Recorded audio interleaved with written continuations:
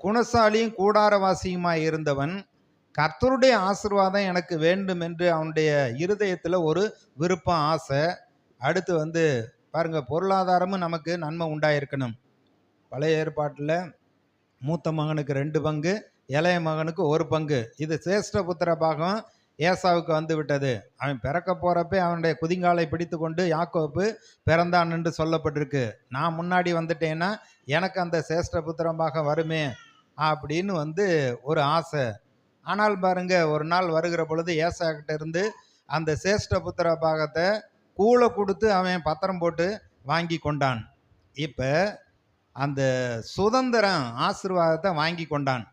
ரெண்டாவது, கர்த்தருடைய ஆசீர்வாதம் வேண்டும் என்று சொல்லி ஈசாக்கு தன்னுடைய குமாரனாகிய ஏசாவை கூப்பிட்டு, நான் மரிக்க போறதுக்கு முன்னாடி நான் உன்னை ஆசீர்வதிக்கணும், நீ எனக்கு பிரியமா வேட்டையாடி சமைச்சு கொண்டு வான்னு சொன்ன உடனே இதை ஈசாக்குடைய மனைவி கேட்டு கடைசியில் யாக்கோப்பை கூப்பிட்டு, உனக்கு அந்த ஆசீர்வாதம் வேணும், அதை விட்டுறாத அப்படின்னு சொல்லி கடைசியில் வேஷம் மாதிரி போய் ஈசாக்கு இடத்துல போய் அந்த ஆசீர்வாதங்களை அவன் பெற்றுக்கொண்டான்.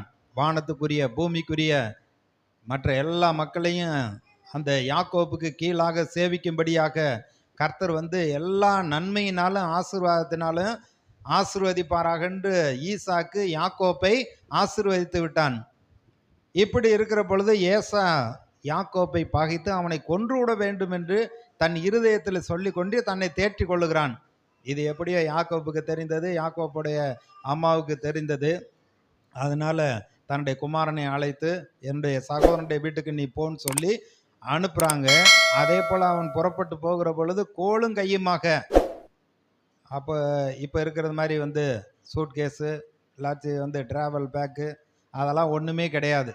ஏதோ ஒரு பையில் ஒரு சில ட்ரெஸ்ஸை எடுத்துட்டு, ஒரு தடி, மேய்ப்பருக்குரிய தடி, அது எல்லா வகையிலையும் பாதுகாக்கக்கூடிய ஒரு ஆயுதம், அதை கையில் பிடித்து கொண்டு போகிறான். போகிற இடத்துல அங்கே இருட்டாகி விட்டது, வனாந்தரம், அங்கே எல்லா மிருகங்களும் இருக்கக்கூடிய ஒரு பயங்கரமான இடம். இப்போ இருக்கிறது மாதிரியான வெளிச்சம்லாம் இல்லாத காலம். அவன் ஒரு கல்லை எடுத்து தலைக்கு வைத்து அவன் படுத்து கொள்ளுகிறான்.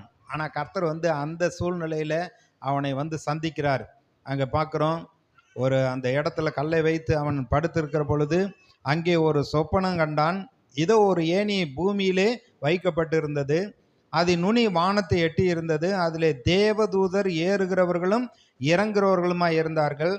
அதற்கு மேலாக கர்த்தர் நின்று, நான் உன் தகப்பனாகிய ஆபிரகாமின் தேவனும் ஈசாக்கின் தேவனுமாகிய கர்த்தர், நீர் படுத்திருக்கிற பூமியை உனக்கும் உன் சந்ததிக்கு தருவேன்.